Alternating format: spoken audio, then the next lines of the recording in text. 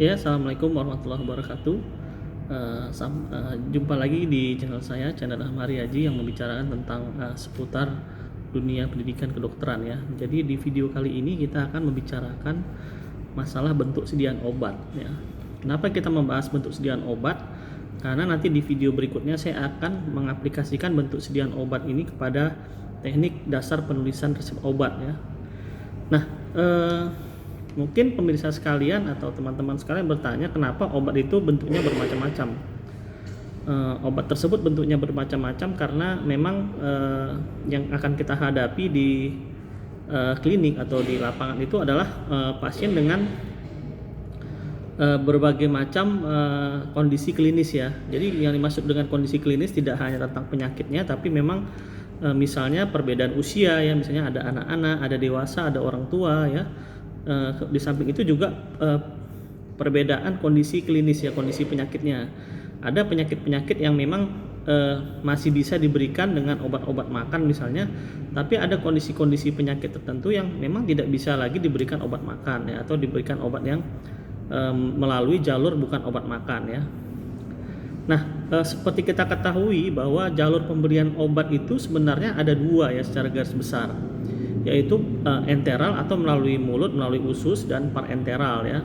Parenteral itu contohnya melalui suntikan. Nah, suntikan itu juga ada berbagai macam. Ada yang langsung ke pembuluh darah disebut dengan intravaskular ya, atau intravena misalnya ya, intraarterial ya, itu langsung ke pembuluh darah. Ada yang melalui otot disebut dengan intramuskular, ada yang melalui jaringan di bawah kulit atau subkutis, ada yang di kulit disuntikan, ada juga yang melalui misalnya melalui kolon ya atau rektum ya, jadi intrarektal ya, melalui anus. Kemudian ada juga yang per vagina, ada juga obat-obat yang dikumurkan ya, diteteskan dan sebagainya. Jadi secara garis besar pemberiannya itu ada dua, ada yang enteral, ada yang parenteral ya.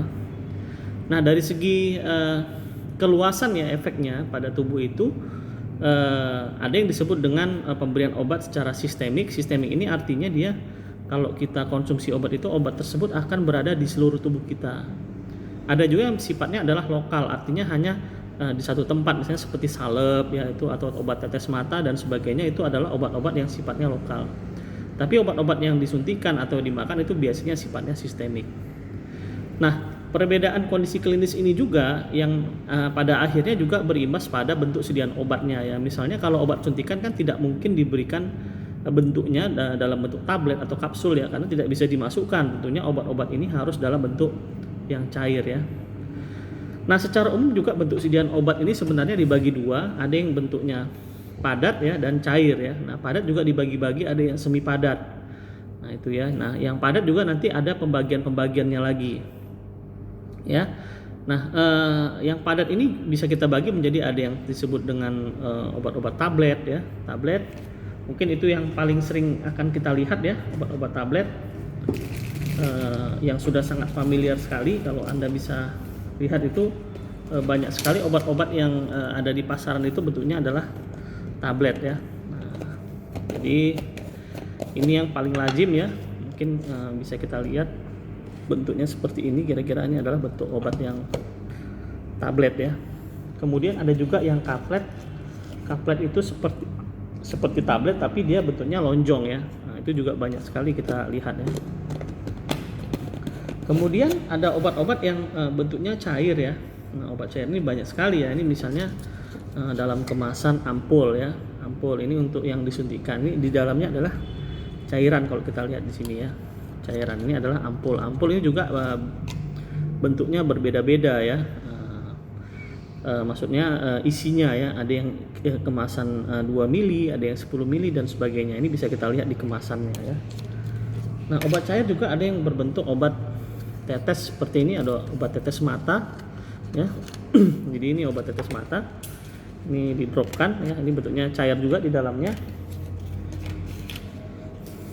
Nah, kemudian ada juga obat-obat yang bentuknya sirup ya, seperti ini ya, sirup. Nah, obat-obat sirup ini juga macam-macam ya. Ada yang obat utamanya dan ada pelarutnya. Ada yang pelarutnya alkohol, ada yang pelarutnya minyak dan sebagainya.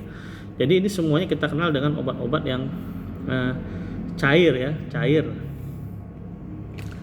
Ada juga obat-obatan yang bentuknya seperti ini. Ini namanya ukuran flash ya.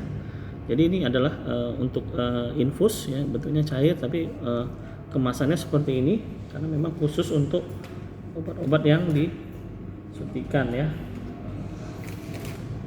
Nih ada juga yang seperti ini ya. Ini flash kecil dia ya. Kan? Atau kita kenal dengan flakon ya. Ada juga yang bentuknya vial ya, yang ada karetnya, itu bentuknya adalah vial. Kemudian ada juga yang ditempel ya, misalnya ini seperti koyo ini ya, ini ditempelkan ya, dermatopatch ya, ini ditempelkan ya. Kemudian ada kita kenal juga dengan obat-obat salep ya, seperti ini adalah obat-obat salep. Ini dalamnya adalah salep ya. Nah ini dia ya, salep. Ini krim ya, kita bilang ini adalah obat krim. Kemudian ada juga obat yang bentuknya seperti ini adalah obat sampo ya, solution ya kan, ini adalah. Kemudian di samping obat-obatan ada juga yang bentuknya serbuk ya, ini serbuk powder ya, ini seperti bedak nih, bedak gatal ya.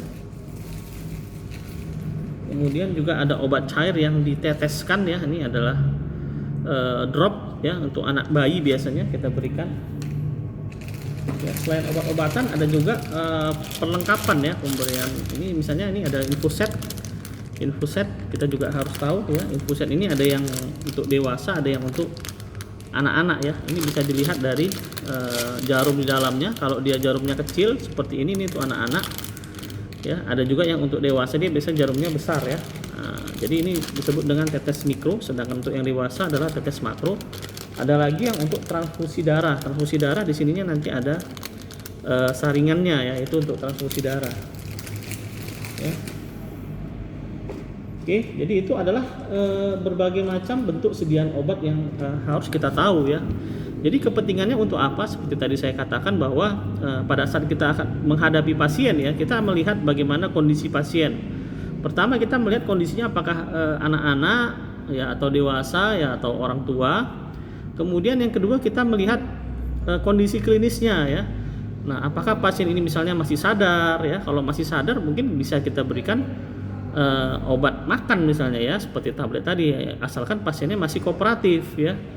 Nah, ada juga orang yang sadar tapi tidak kooperatif, misalnya orang dengan gangguan jiwa. Itu tentunya harus diberikan obat-obat dalam bentuk sediaan yang untuk suntikan tadi seperti ampul tadi ya. Nah, itu jadi gunanya seperti itu. Nah, dengan mengetahui bentuk sediaan obat ini, kita akan mengetahui atau bisa mengaplikasikannya di dalam penulisan resep nanti ya. Nah, ini dapat Anda saksikan di video kami berikutnya ya, bagaimana aplikasi dari bentuk sediaan ini terhadap metode penulisan resepnya ya. Jadi bentuk-bentuk sediaan ini sebenarnya masih banyak lagi ya. Anda bisa melihatnya di buku-buku daftar obat seperti buku ISO ya, atau buku MIMS ya, atau buku-buku tentang obat lainnya, dan Anda bisa mencarinya di internet, Anda bisa lihat di sana. Nah, yang jelas semua itu ada gunanya ya, ada pembuatan bentuk sediaan obat tadi. Oke, semoga bermanfaat tentang bentuk sediaan obat ini. Sampai jumpa di video saya berikutnya.